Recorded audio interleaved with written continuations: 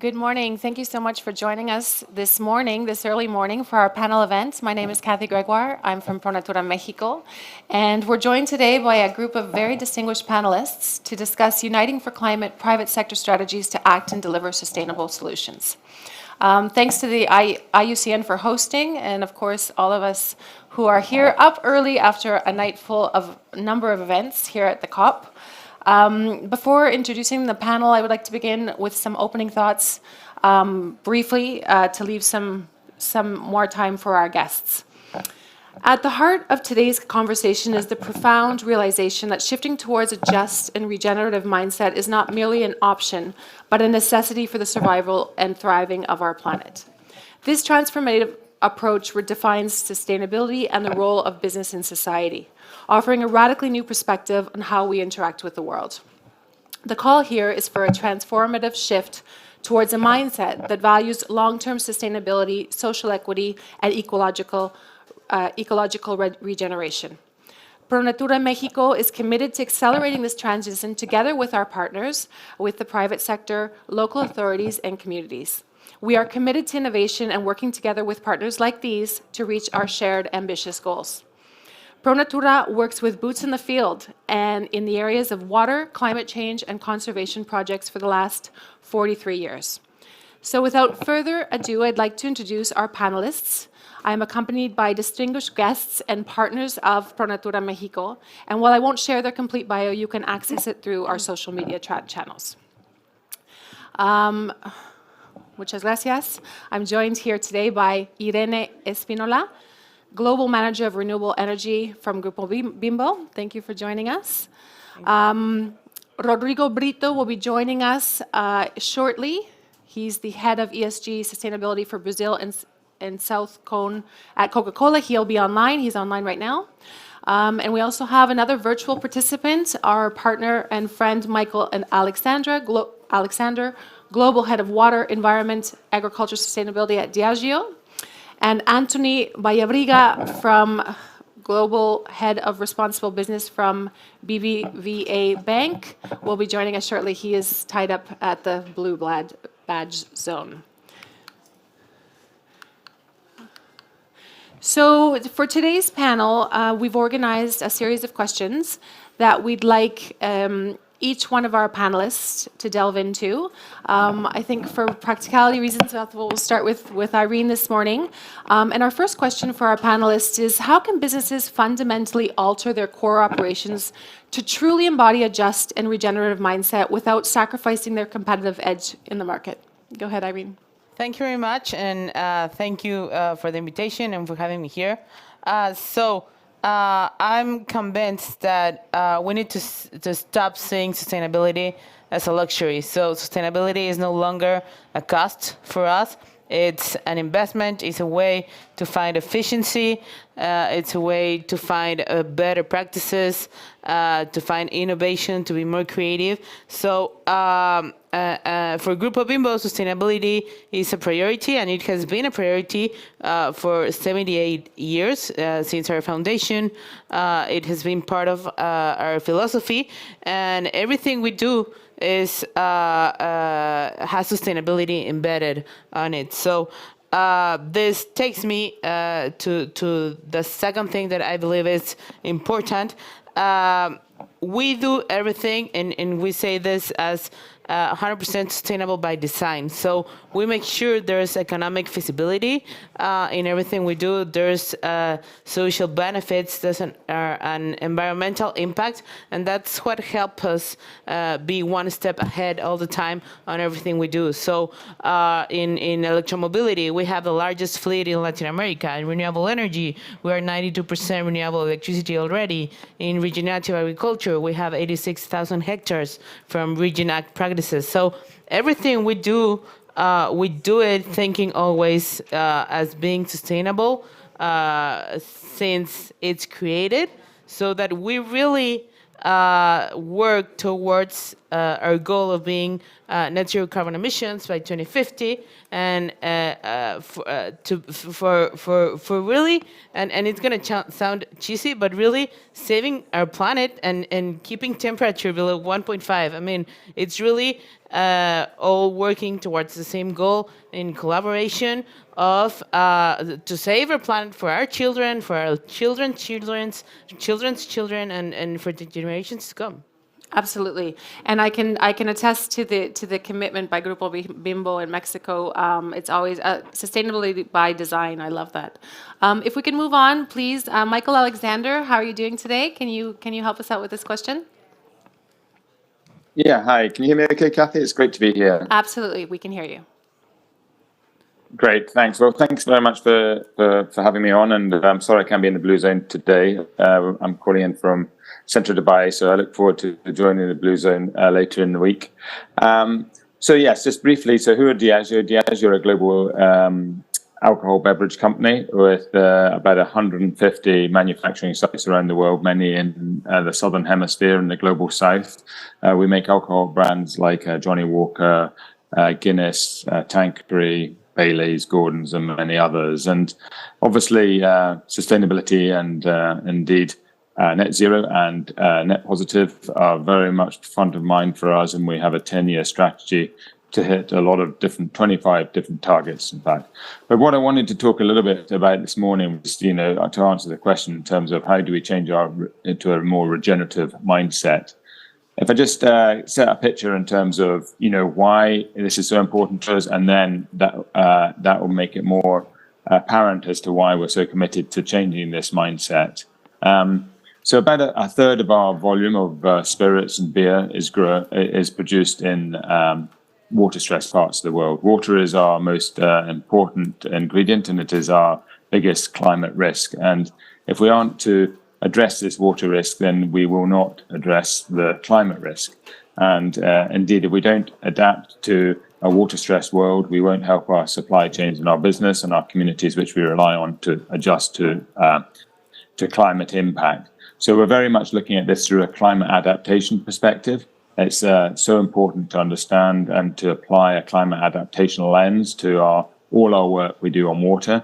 And most of the work we do on water relates to nature. So nature, water, and climate, the crises are absolutely combined, and we see them as one. So that's the first kind of mindset that I think that corporates and businesses need to adopt, is to see climate, water, and nature, and people as a holistic and integrated issue and challenge that we need to address wholeheartedly and together.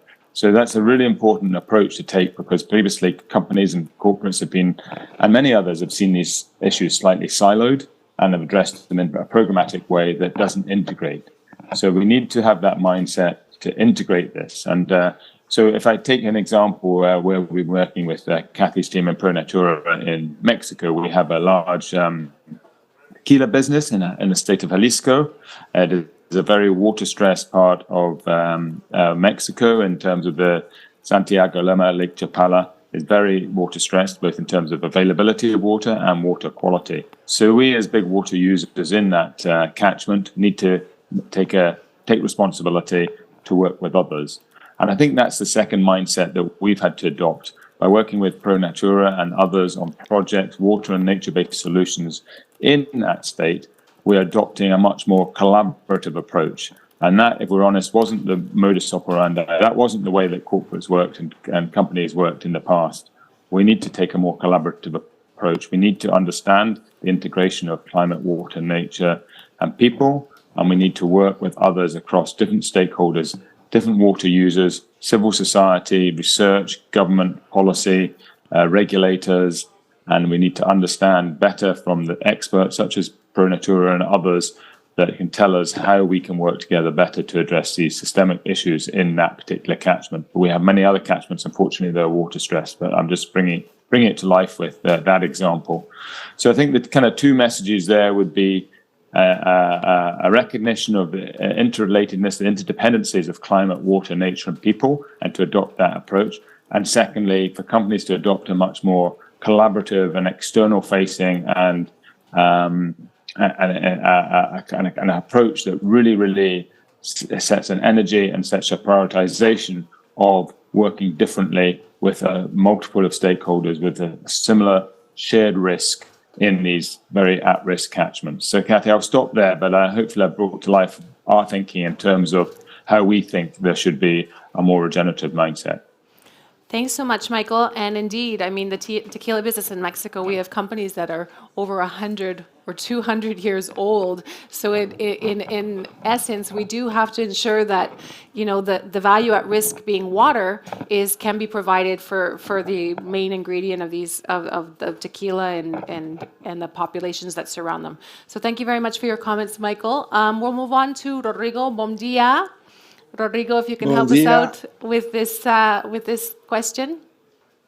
Bom dia, good morning, Katy. Bom dia. Estou acá também tuve sorry, I had also an issue with my blue zone badge, but I still, I'm here because of the time, but I still want to enter to give a presential hug in you. So talking about sustainability as an advantage, a competitive edge, we have three main pillars when we look to the ESG, to the sustainability agenda, very connected to our business. So Coca-Cola, as Diageo, mostly is a beverage company. So our first pillar would be also related to water. And we have several interesting examples. For example, in the last 10 years, even the business growing like really well, the volume of water used in the world is flat, is the same. Now, if we compare, for example, in Brazil, where I live, 20 years ago, we used to use 2.7 liters of water for each liter of beverage produced. Now we are 1.51. So besides the 1 liter inside a bottle or inside a can, only 0.51 liters is being used to produce this beverage. So the water efficiency, it will be the first priority in the water agenda. And outside our plants, outside our factories, would be this water neutrality concept, which we were one of the pioneers in that in 2007. And this we work through partnerships mainly with reforestation conservation programs, but also reducing the use of water in agriculture, for example, in partnership with Quilimo. With Pronatura, more than 60,000 hectares of reforestation in Mexico, and conservation, a lot of hundreds of thousands of hectares of protected and monitored and conserved areas. So the water can go back to nature, to communities, so you can have a water security, a water resilience where we operate plants. In this water neutrality, we started with a national replenishment commitment there in 2007 until 2020. And in 2020, we put a double click on this commitment to have a local water replenishment by 2030. So that means if I get water from this water basin, I have to return in the same water basin, not only in a country level, but in each of our main plants in the world. And the second pillar would be the circular economy. And that in this agenda, I think one example is very positive. When we're talking about not only recycling or recycled content, which is huge, it moves a huge value chain of people collecting, transforming, but also on returnables. For example, today, 48% of our sales in Chile, 48% are made through returnable bottles. In Argentina, is more than 40. So in Latin America as a whole, we are 34% of our volume of sales through returnable, refillable bottles. So that's a way and we are putting a lot of technology, QR codes printed by laser, so we know where each bottle went, how many cycles they were used. So that's, I think, one example how we see ESG sustainability as a competitive advantage, as a differential. Besides, is the right thing to do. So Just to give some examples on what we are working connected to our business in the ESG and sustainability teams. Thank you. Obrigado, Rodrigo. Obrigado. Obrigado. So, I can certainly attest to the work with Coca-Cola. ProNatura has been a partner and friend of Coca-Cola for the past 15 years. And it was an interesting transition to move into replenishment projects. We were part of the biggest reforestation project in the world. Rodrigo mentioned the information, 63,000 hectares reforested in all of Mexico, 90 million trees. And together, it was an interesting approach to stop talking about how many trees we planted, as interesting as it is the number, and talk about how many cubic meters of water we're putting back into the aquifers by planting these trees. So it's an interesting strategy to work together with the private sector on these replenishment projects. And from a broader perspective, it's great to see more private sector participation at the COP this year, because it's just so important to have these agents of change that partner with organizations like ours to have boots on the ground in implementing these kind of strategies. We're going to have to go on to the next question while we wait for Anthony. We hope he'll make it. So we have a few more questions. We'll start with Irene again. So in what ways can the private sector lead the transition towards a sustainable future, influencing policy and consumer behavior? And I'll add to your question, Irene, because I know the Servitje family, and I know that they're trying to innovate. How can we use more artificial intelligence too? Like, how can we really innovate in this space?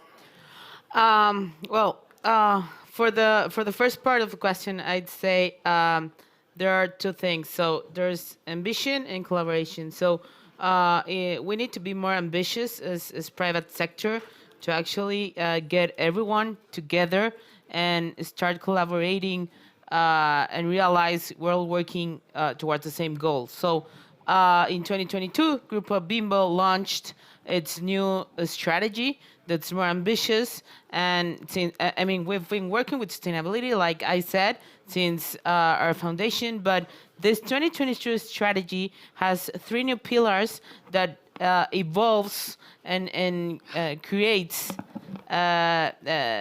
new initiatives so that we can work together with our consumers and our suppliers and our whole value chain.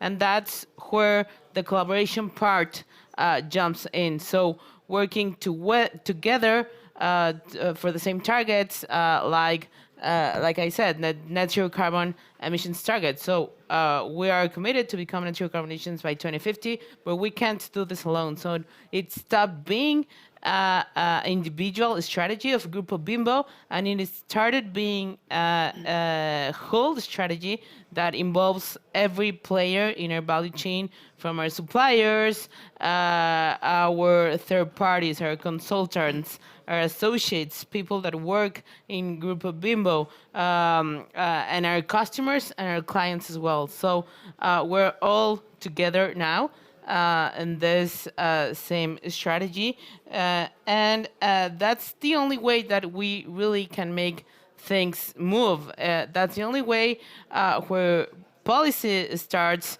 appearing, incentives begin appearing. So customers begin to be convinced that it's the right path.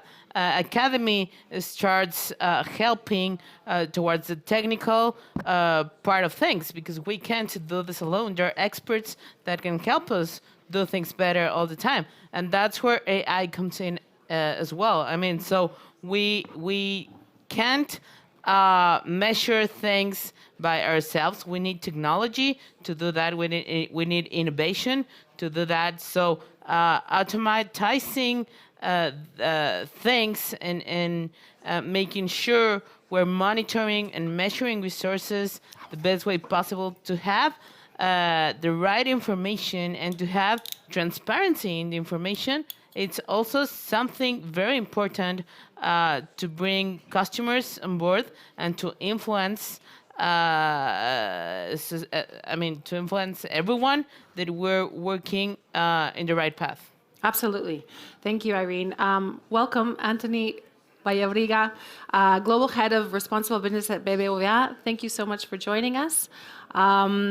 We can move on to you with the second question, or you can catch your breath and... Up to you, no problem. Okay. Sorry for the delay. No, absolutely. Thank you so much for joining us. So we're working on the second question, Anthony, and essentially just having a look at how the private sector can push this drive towards sustainability. I firmly believe that we do need to look towards the private sector as agents of change, and we're just looking at how the private sector can lead this transition to a sustainable future and influence policy and consumer behavior. Oh, no, good. Thanks. Sorry for the delay. I have an issue with the blue badge. It was expired. No. I realized at the last minute, so sorry. And great, thanks for the invitation. Great to be here with such relevant companies also to share our learnings and our challenges that we have to implement this journey, to net zero and also to nature positive and inclusive growth. So I think that one of the key roles as a financial sector, we are BBA, we are based in Spain, but we have very strong presence in emerging economies. Practically 2/3 of our gross income comes from Latin America, Turkey. We have a very relevant presence in Mexico. And the first thing is obviously we have to engage with our clients. We have to educate, we have to learn from our clients what the challenges are, and we have to help them to transition, to embed this sustainability let's say, approach to their business, And so we have to help them to transform all the economy, not only big companies, also SMEs, also citizens and households. So education awareness is absolutely critical. So we think that is something that we as a bank, that we have very, practically 80 million customers in the world. So we have to work, and we are working on that education piece, which is not easy one, because we have to have this behavioral change at the end of the day to promote the change. And looking at companies, what we think is very important to help to promote the innovation that we need for this transformation. Because at the end of the day, we still have a lot of technologies that are not there yet. We have obviously some technologies that, like renewable mobility, energy efficiency, that they have a green premium. So they start to have a business case for that, or economic sense. Mm-hmm. And we have to help innovation. We have to promote innovation for those sectors difficult to abate. Cement, steel, even oil and gas. We have to transform transform the business model. We cannot follow this way that we have now.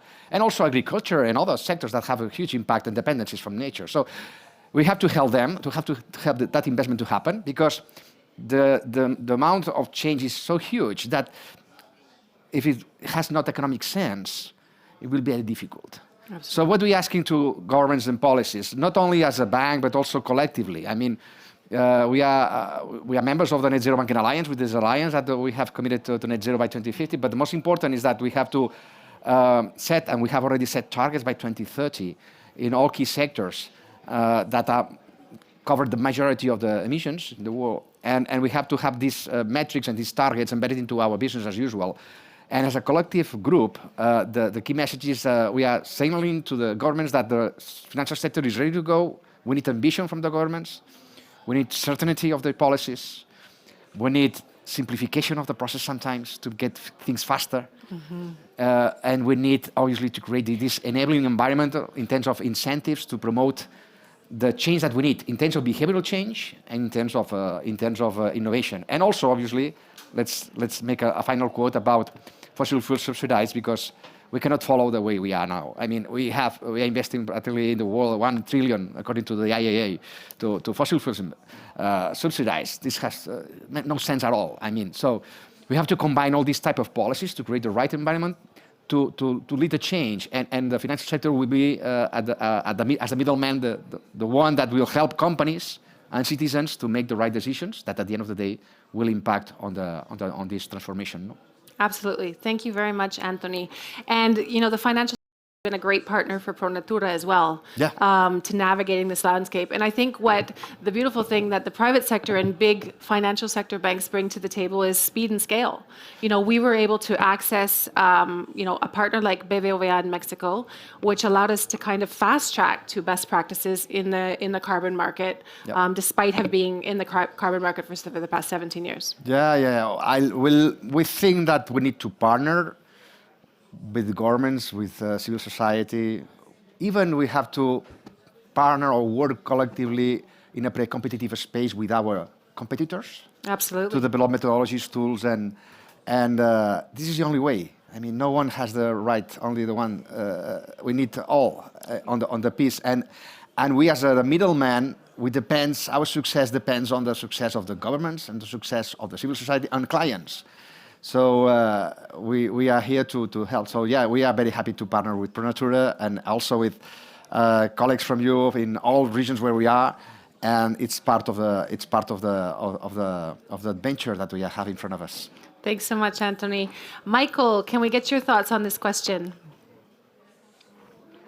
Yeah, well, I think it's very challenging. So the private sector needs to work collaboratively. So we can't just lead the transition. We need to partner with the transition, I would say. And I think the two areas that I would advocate for in terms of this transition, this kind of urgent transition that we all need, is firstly on the ground. So we need the point earlier about collaborating, and it was mentioned several of the speakers about how we need to work more together on the ground to deliver projects, working with partners such as ProNatura and others. I think that on the ground action speaks for itself. That on the ground action also needs to involve supply chains. So it's not just the corporates on their own, but they need to work with their suppliers and SMEs and others in those supply chains, so that there's a ripple effect across the whole of the supply chains and the whole of the economy and the whole of the landscapes and the catchments we're working in. I think that's really important in terms of sending a very strong message that businesses are open to greater collaboration, having a change of mindset, a change of culture, a way of working that demands that we open up more and work more openly and more transparently with our supply chains and even with our competitors as well. So that's one area I think that we really need to work on to help and to support this transition.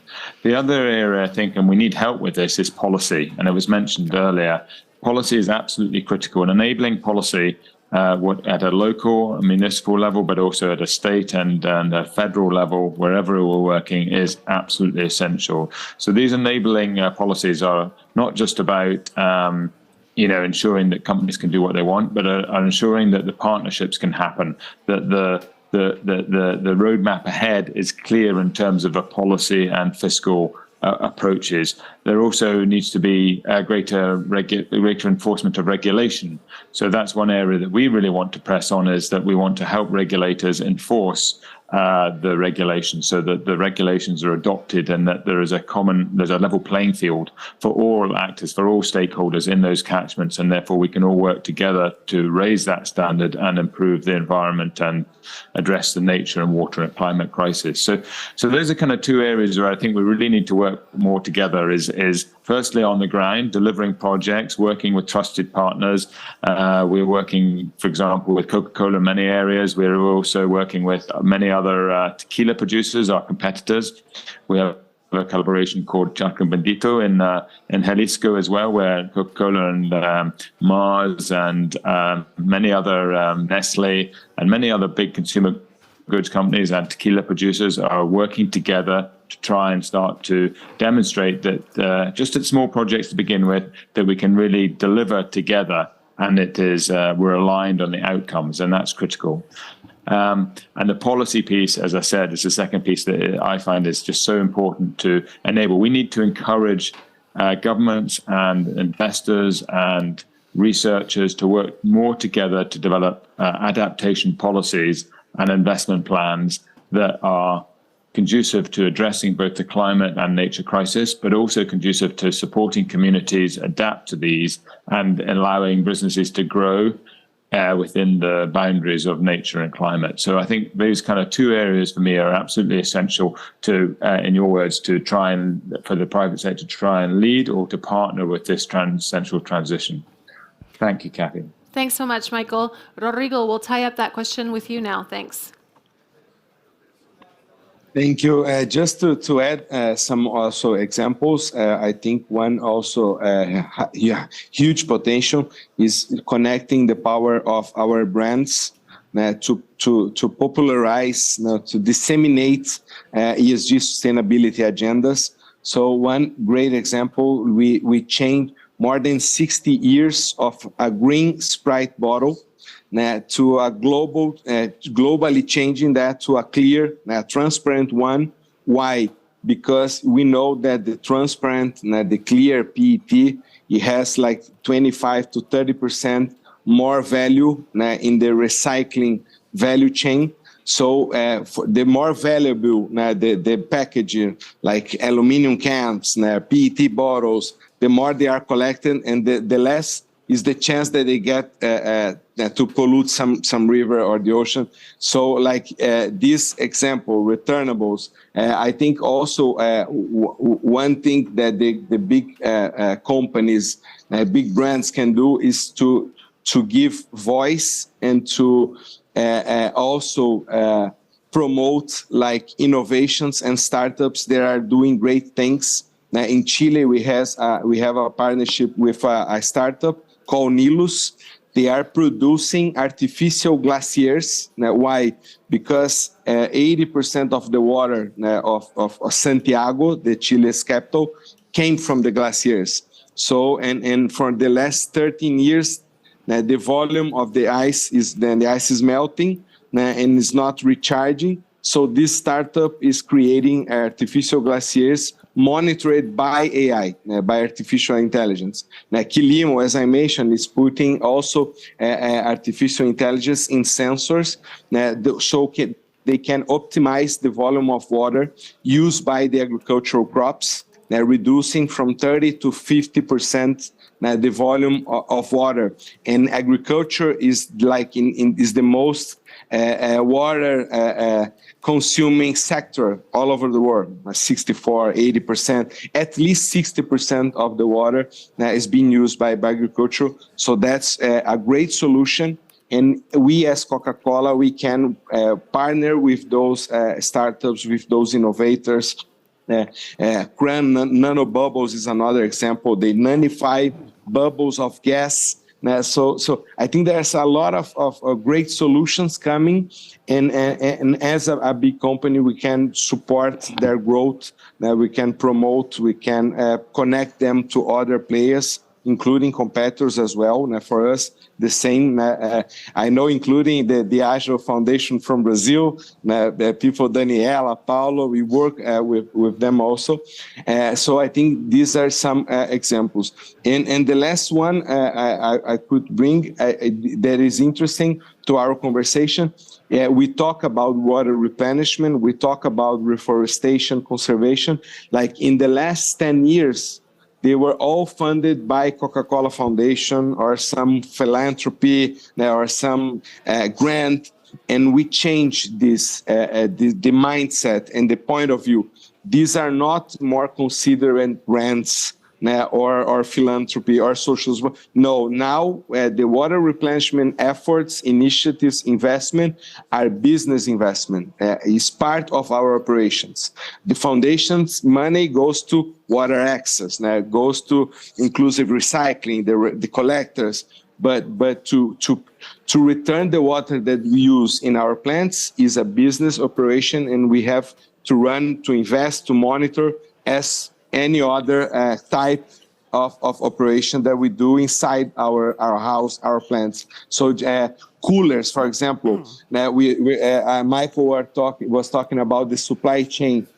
Collaborate with hundreds of coolers manufacturers. Why? Because coolers are responsible for 30% of our emission. It's not the plants, it's not the trucks, it's coolers. So how we can collaborate with them, universities, scientists, to bring new, more efficient, and through our contracts, we will not buy less efficient coolers anymore. And we want to change. We are changing the ones that they are already on the stores. So that's, I think, are some examples where the industry can collaborate with governments, NGOs, companies to scale better solutions for everyone. Thanks, Rodrigo. And you mentioned an interesting point about sustainable cooling technologies in not just for Coca-Cola or the beer companies, but for a world that's heating up. Inevitably, the cost of cooling will certainly be a challenge. And I can certainly attest to the business model of Coca-Cola working together with the bottling companies to provide financing one-to-one. So in Mexico, for instance, we work with the Coca-Cola Foundation, we work with Coca-Cola Export, and they've worked together with the bottlers so that when they provide a peso or a dollar, the bottling companies to provide a dollar. So I think it's important, radical collaboration where we can sit down and talk with our competitors about, an aquifer approach to water strategies and having a better use of water in our processes. So final question, before we move on to questions and answers and closing remarks. We'll talk a little bit about the supply chain that we've mentioned, because I think it's an issue of congruency. If we need to really be demanding from our supply chains that they have the same congruence that our brand has, what innovative strategies can businesses adopt to create a ripple effect of sustainability and social equity throughout their supply chains? So we'll go back with you before final remarks, Irene. Yeah, for sure. So for us, our supply chain is key to reduce our emissions in our footprint. So today, our scope 3, it's around 85% of our whole footprint. And from that, 70% comes from our ingredients and our suppliers. So if we don't get our supply chain committed the same way we are, it's going to be very difficult to reach our goals. So what we've done is we have this strategy that's called low carbon supply, through which we help our suppliers, and we categorize them in 3 clusters. So we have the beginners cluster, where we actually train our suppliers. We help them to learn what a CO2 emission is, what a carbon footprint is, how to get their scope 1, their scope 2, their scope 3 footprint, so that they can start working their sustainability strategies. Then we have the intermediate level, where we actually start sharing best practices. And then it becomes a ripple effect as well, because we start sharing what has worked for us, what has worked for them, how can we replicate some of those projects, and then we exponentiate the impact. And through this, we also help them, or they help us.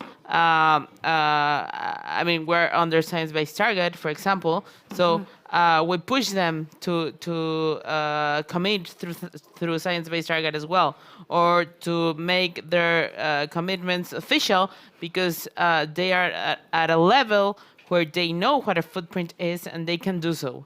And then we have the advanced level, where we actually learn from our suppliers what they've been doing right, and what we can replicate as well in Grupo Bimbo. So this whole strategy for us, it's innovative enough so that we realize we're in the same boat. We're in a journey where we need to start collaborating as well. Collaboration seems to be our favorite word today, but it's true. And with that, we can be as strong as the strongest link, or actually be as weak as the weakest link. So that's why collaboration is so important in this part. We also, for example, we launched our first global sustainability summit this year, where we invited more than 100 suppliers to actually share what they've been doing and share success stories, and create this network where it's not only a win-win for me, but it's only a win-win for them, and they can start creating this whole network where they can talk to other partners as well, that perhaps they weren't seeing at the beginning. So for Grupo Bimbo, that has been a success story. We have been named supplier engagement leaders in 2022. We pushed them to report through CDP and make it official. And again, make it transparent so that we can actually see that we're really taking steps that are generating the difference. Absolutely. Thank you so much, Irene, for your comments. Anthony, please. Okay, congrats to Bimbo because it's impressive the work you are doing with your value chain is incredible. I mean, a bank is another type of institution and organization, and our supply chain, the finance emission, the emissions from our supply chain is quite limited. Mm-hmm. The big bunch of emissions are our finance emissions, no? Yeah. So our scope 3 is downstream for our clients, and that's where we are setting targets, as I said before, no, by 2030, and helping our clients to invest in those technologies, in those programs that help them to reduce the emissions they have, no? And that's when we apply this to the supply chain. One key tool that we have to support our clients is obviously investing through use of proceeds financing for solar panels or for new technology, whatever. But another way to work on that is through KPI link financing, where we provide incentives for better results if they reduce emissions or they use better water and so on. And that's what we apply to our clients at the corporate level, like Bimbo and like others, to say, okay, we can help you, we can partner with you to help you to decarbonize your value chain. Mm-hmm. How? Okay, with the supply chain finance facility, where for those clients that are on more advanced stage will get better price for the working capital they could get from your work with them. And the ones that have less advance, they will have less not so good price. So they will have incentives to increase in that line that was explained before. No, so we can provide additional incentives to the suppliers to transform the business model and align the activities with the corporate goals, no, or the client's goals, no. So that's very powerful. We have to agree with the client. The methodologies they have in place, like Bimbo, but others may have another methodology. Sometimes we have to come with some methodologies in order to understand what is the carbon footprint from the suppliers or the water usage efficiency for the suppliers. Then we provide this financing. We also add normally advisory or training program around these suppliers. So we don't, it's not only financing, we try to partner with others to provide training and awareness of the relevant topics that the clients want to have. So we also want to partner with our clients, corporate clients, to develop something more than simply a financing solution. And then at the end of the day, some of these suppliers come to ask for use of proceeds financing for specific investments they have to do to improve in the sustainability journey. No? So we think this is a great tool. We are already implementing this. We have very relevant deals in the food industry, also in we have in Mexico with Cemex or with Holcim. We have involving more than 3,000 suppliers in solutions like that. So this is something that we think is very powerful because you can reach through 100 big corporates, millions of SMEs and suppliers, and we think it's a good way to promote this collaborative with our clients base, to promote the decarbonization of the supply chain. So I think that's the most important relevant initiative that we are trying to spread across the board. Absolutely, and I think in Mexico we all appreciate some financial incentives in the absence of other policy incentives. Yeah, we are humans and we need to have more incentives. I mean, it's something that is very well received, and it's a long journey because the value chains are huge for some companies like the ones that we have here today, Coca-Cola, Diageo, Bimbo. But anyway, that's the way. Absolutely. Thank you so much, Anthony. Michael, can you help us out with this question? Yeah, I think like the other companies, 90% of our emissions, our scope 3 emissions, are in our supply chain. It's absolutely clear to us and to many that we will not achieve our ambitions around net zero or on water or nature if we don't work with our suppliers. Absolutely critical to our ambition, and we're learning to do that better and better. So the one thing I would say is that it's not a one-fit solution. So not all suppliers are the same, and some suppliers are big and well advanced, and some suppliers are very small and need more support. And indeed, some suppliers, we work with lots of different other companies. So we're just one customer, and the suppliers will be, say, glass or grain will be supplying lots of different customers. So it's important to look at this in a kind of materiality perspective. So if we're looking at glass suppliers, for example, for ourselves, who are about a third of our Scope 3 emissions, that needs to work with how we help to decarbonize the glass manufacturers. So how do we work with them to look at alternative fuels for glass furnaces, such as hydrogen or biofuels rather than gas or oil? So very important to sort of look at strategically how we can work with some big strategic suppliers and how we can develop programs and tools to work with them to deliver what we need to deliver and what they need to deliver as well, and what we're encouraging to do. The other area I'd like to go back to is the kind of what Rodrigo said around agriculture. So agriculture we're basically an agricultural-based company. We absolutely depend on our ingredients for agriculture, such as sorghum and barley and wheat and agave, and even in Mexico. So it's absolutely essential that we work with those farmers. Now, those farmers, we can't go in to speak with those farmers, to encourage and collaborate with those farmers, just talking about carbon. We need to go back to my first point today, was about taking a holistic approach. So we need to work with them in terms of how their productivity and their resilience and their well-being are all interconnected to working with nature, to responding to the climate impacts, and to improving soils, and to ensuring a long-term future for their communities and their families. So it's not just going in there saying, how do we cut carbon from your supply chain? It's about how do we work together to make you more resilient. And in doing so, if you improve soils, you'll be cutting carbon. If you improve soils, you'll be improving water retention. If you improve soils and improve regenerative agriculture, you'll be looking at planting trees. And that's, again, good for carbon and good for climate and good for biodiversity and good for water, as we've heard. So I think it's really important to take that kind of holistic approach to working with farmers in particular, because it's so multidimensional, and it's not appropriate just to talk about one single subject. We need to understand the kind of complex interdependencies of these issues.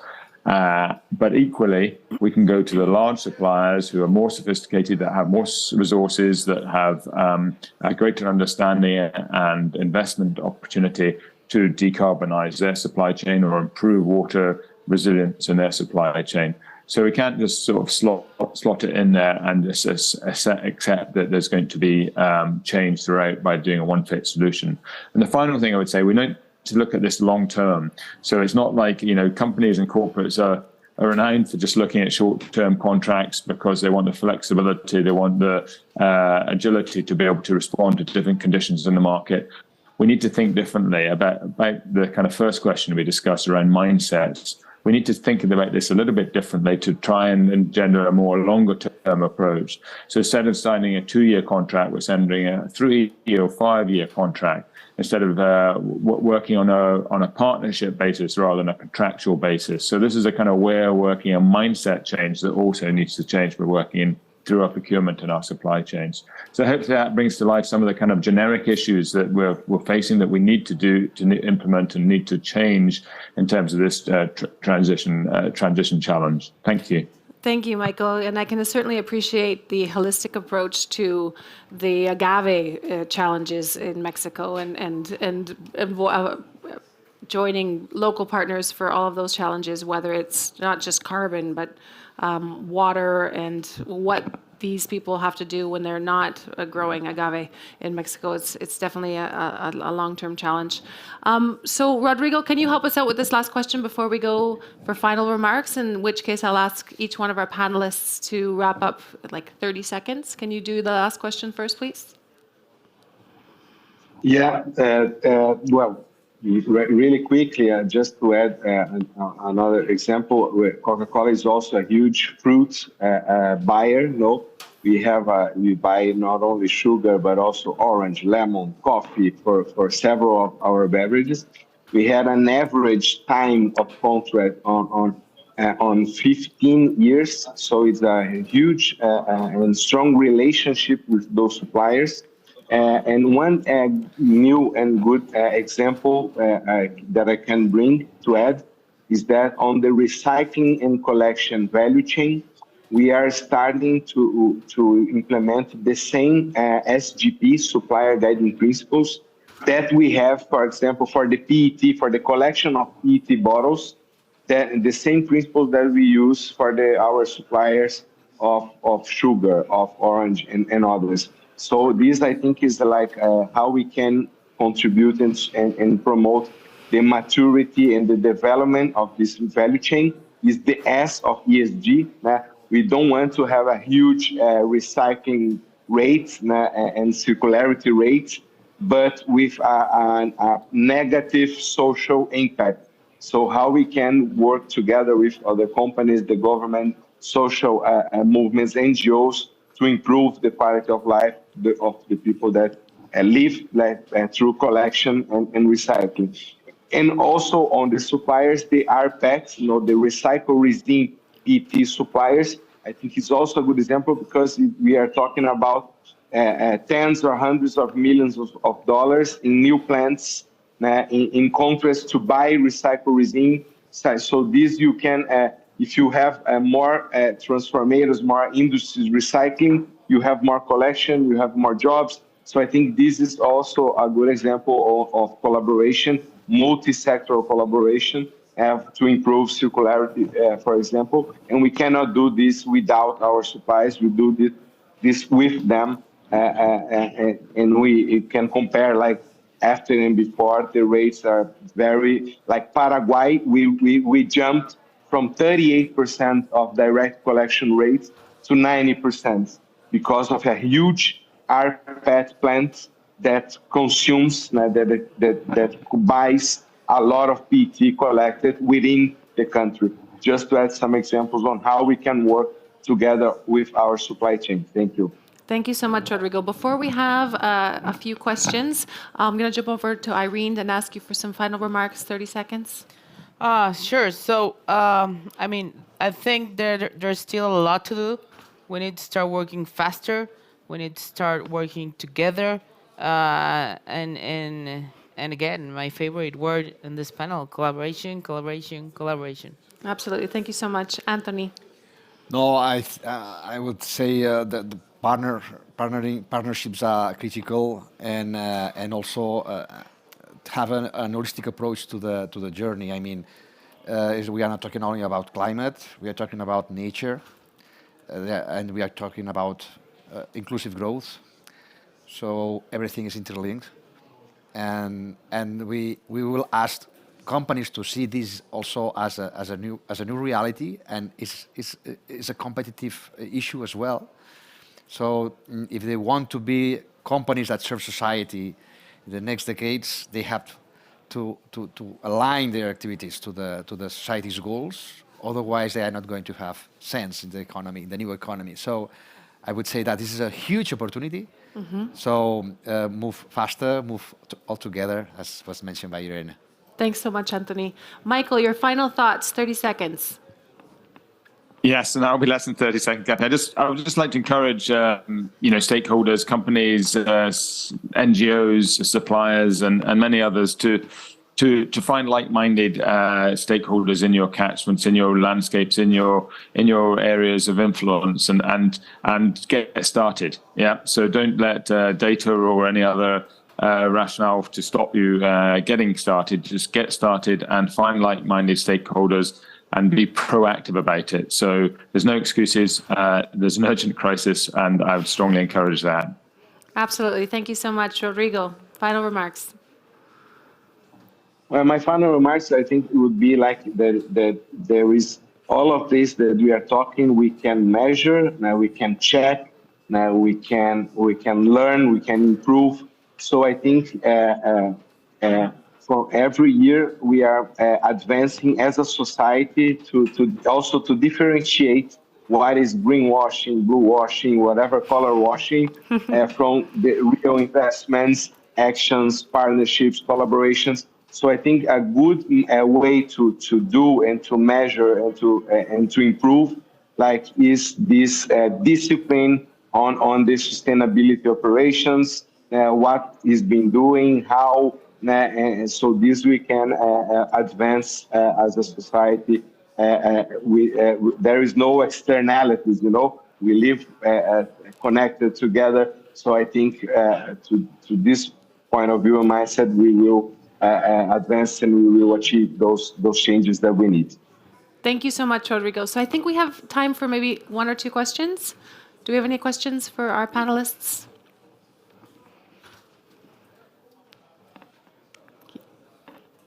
Yes. Do we have a microphone here? Here we go. So who's your question for? In general. Yes. Hi. Okay. Hello, my name is Andrea. I am from Quilimo. Thank you, Rodrigo, for naming us. We have been doing an amazing work together in all Latin America. My question is to the corporates. If you can give us a tip or a suggestion, because as Rodrigo mentioned, we work in agriculture, and it happened to us sometimes when we work with the supply chain of the companies that we talk to the water team inside the company, and they love us. They think we are the best. We're going to change the world and everything, and they send us to the operations team or the agriculture team or the team that is in charge of the supply chain, and the culture is totally different. They are harder. They talk a different language, and sometimes there's no way to going forward. Right. We stop there, and when we go back to the water team, it's like we start to being in a limbo, and we cannot advance. How can we improve, and how can we break that wall, and to go forward and faster inside the company? If you have any tip or suggestion, or if you can tell us why is this happening? Good point, because that's happens not only obviously in the food industry, in your case, but also in general. I mean, the CSO, the Chief Sustainability Officers of these areas have a specific influence within the companies, and there is also a journey, internal journey, within the big corporates. Okay, because I would say that you can see sustainability as a good approach to create value for a company, for society. And there are a lot of companies working on sustainability plans that align activities, but then there are other companies that make an additional step and consider sustainability as a core strategic priority. No? And the question is the ownership and the accountability that all different areas have regarding sustainability. So this step, additional step, is very relevant because is when the financial team speaks sustainability topics, is when supply outsourcing team, when human resources team advocate for sustainability and take ownership of the sustainability agenda, is when the change happens at another scale within companies. But that takes time. It depends on the leadership support. I give you an example. I remember that I have 4 years ago, we decided to set sustainability at the core of the sustainability of the business strategy. And in the presentation I did to the executive committee, the final remarks from our chair were, hey guys, this is not going to be a Tony's issue anymore. This is your issue. So that helps a lot to take accountability. So I understand that it's not easy. You don't know this easily, but companies make this transformation internally. So it takes time to have all functions on board, no? And my work change. Okay, I would say that's something that's important. Do our virtual panelists have anything to add? 30 seconds. I want to add. Oh, sorry. Sorry, we'll have Irene add first. Something. So I would also suggest, when you get into a company, you always need to make sure that you're presenting a strategy that goes to a multidisciplinary team. So you talk to the water guy, that's right. You need to make sure that it is a multidisciplinary responsibility so that they all take accountability of the project instead of one specific area, because it happens to us a lot, and it's always procurement, negotiating the commercial terms, but then sustainability, but then net zero carbon, but then operations, but then engineering. And I mean, at the end, if you create this multidisciplinary team where you have one head of each area that needs to be involved in the project, and you approach them from there, it's easier once you need to take decisions to make sure they're all involved, so there's not another obstacle in a way when you need to start implementing things. Anthony, 20 seconds, and then Rodrigo, 20 According seconds. to my experience, the change happens when everyone has incentives linked to specific metrics and targets that change. When we have 10% of our variable compensation for all employees on sustainable finance mobilization, and 50% of the long-term variables linked to targets, on the decarbonization targets. When you place those targets in your variable compensation, everyone gets ownership. We are humans. Final wrap up, Rodrigo, please.